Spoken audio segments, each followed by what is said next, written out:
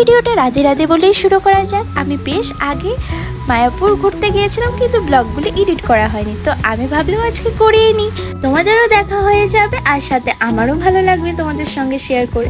তো আমরা মায়াপুর যাওয়ার আগে ভাবলাম নবদ্বীপটা ঘুরে নিই। তো তোমরা ভিডিওতে প্রথম থেকে যে মন্দিরগুলি দেখছো সব নবদ্বীপেরই মন্দির। তো খুব সুন্দর সুন্দর মন্দির এখানে, আর সেখানে অনেকটা শান্তি লাগছিল, ভালো লাগছিল, সব দিকে ঠাকুর আর মন্দিরগুলি যে এত সুন্দর বলার মতন না। তারপর এখানে জল মন্দির, তারপর সোনারগড়, অনেক কিছুই আমরা দেখেছিলাম নবদ্বীপে। তারপর নবদ্বীপটা ঘুরে সুরে নিলাম।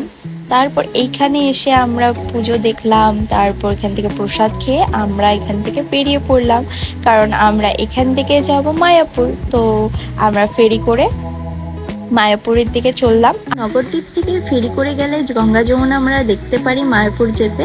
এরপর মায়াপুর পৌঁছে গিয়ে টোটো করে আমরা মায়াপুর ইস্কন মন্দিরের দিকে চলে গেলাম। আর দেখো দেখতে দেখতে পৌঁছে গেলাম মায়াপুর ইস্কন টেম্পলে। আর আমরা চলে গিয়ে ঢুকে পড়লাম, আর ঢুকে এখানে অনেকটা জায়গা ঘুরে ঠাকুর দর্শন করে তারপর আমরা এখান থেকে ভোগ খেতে চলে গিয়েছিলাম।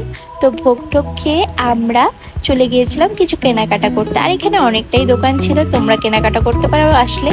তো আমরা এখানে আশেপাশে ঘুরে, আর এখানে দেখো কি সুন্দর কীর্তন হচ্ছিল, কি ভালো লাগছিল।